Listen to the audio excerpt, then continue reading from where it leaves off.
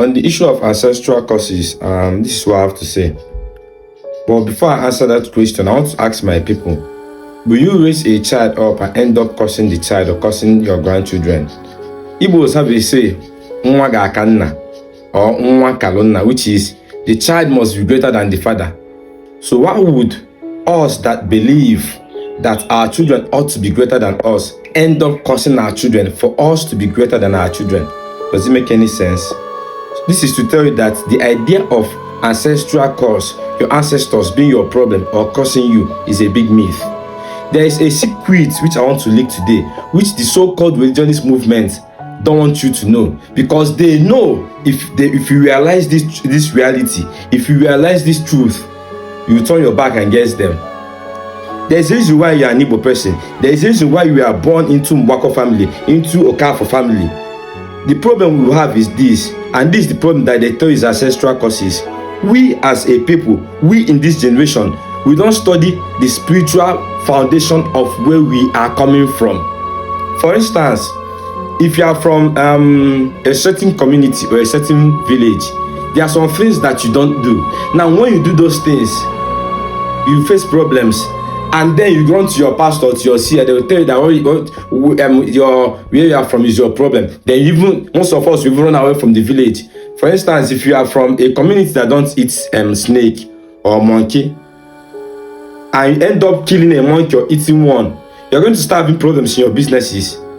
The only way to change that is to go back to your father's land, to tell them what you've done, and they will let you know the ordinary that is involved in cleansing it up. No amount of fasting and prayer cures this, because of what?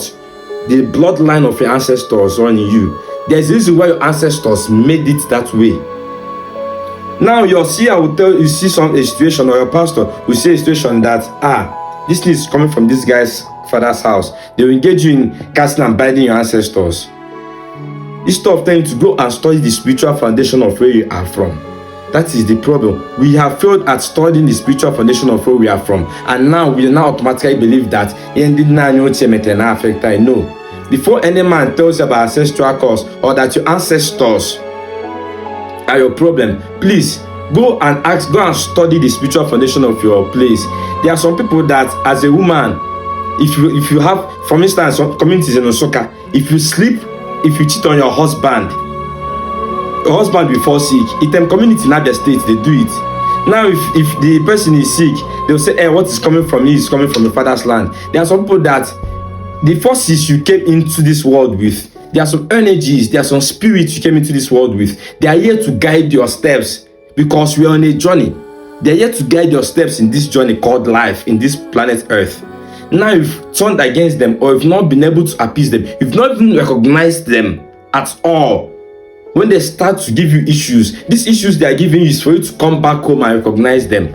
You start saying, they will say, hey, ending notes at the ancestral curses. Please, what have our ancestors done that deserve us black people to even mention about ancestral curses? Now let me put this together. Our white counterparts, they were selling human beings like slaves. Our white counterparts colonized areas, killed millions of people for you to have that Bible. Go and research about crusaders. Go and research about Pope Innocent I and Pope Innocent II. Our white counterparts raped, killed children. They were pedophiles. But their descendants are not here telling you about ancestral sins and ancestral curses. Now, what have the black man done for the young black generation people to be saying ancestral curses? Even in your Bible, Rahab with the Aso, ancestor of Jesus. Judah used to sleep with his daughter-in-laws. David, Odogmoke, if he likes you, he will kill your husband to have you. And they have the effrontery to put all this in their Bible. And Jesus was not cursed. Jesus didn't come here to tell you about, he was cursed because of his ancestors did this or his ancestors did that. Now you as an Igbo man, you as a black man, what have your ancestors done? Have it been recorded in any book that we colonized, enslaved, raped, and killed millions of people in order to have their resources? But these people that did all this never mentioned ancestral curses to you. The only problem that you have is the fact that you have been programmed to forget who you are. Self-knowledge. You have been programmed to turn your back against your roots. Now, any small time say ancestral curses, there is a reason why the Almighty decided that you will be an Igbo man, you will be an Hausa man. What you have to do to avert this nonsense called ancestral curses is to go back home and ask them, what does it take to be an Hausa man? What does it take to be an Igbo man from Udi? What does it take to be an Igbo man from Eziago or from Enugu? When you ask questions and you get answers, you live in line with what it takes to be an Igbo man from Mbise, and you avert all this nonsense. But when you keep believing that a certain man died on the cross and a certain man from Mecca, your problem will keep revolving, because there are certain things that you don't solve with prayer. Prayer doesn't solve everything. Tell your pastor I said so. If prayer solves everything, why would Jesus in your Bible, Jesus spat on the ground, mixed it with, bring his spit, mixed it with sand, and rubbed on the woman's eye and did the man's eye, and the blind saw? Why did he say, receive your sight in the name of God?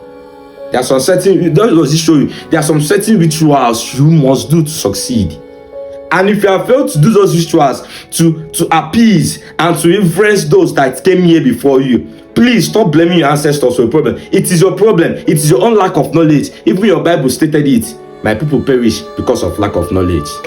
So my brother, before you believe in that trials called ancestral curses, ask yourself, do you know the spiritual foundation of where you are from? Do you know the spiritual foundation of your family? There are some families that have lots of do's and don'ts. Once you do it, the forces supporting that family, spiritual forces that is behind that family, will work against you. And once they start working against you, your pastor will tell you ancestral curses. They will tell you it doesn't matter, it is fetish. Oh, it doesn't matter, but these are things that sustain the ancestors. You that have refused that thing is suffering, and your pastor is telling you it doesn't matter, it is fetish. When it is not fetish, because if it was fetish, just won't spit on the sand and turn it into and use it to cure the blind. You would have just tell the blind, I pray, you see. That's show you there are some rituals you must go back to doing, good rituals. Go and ask questions.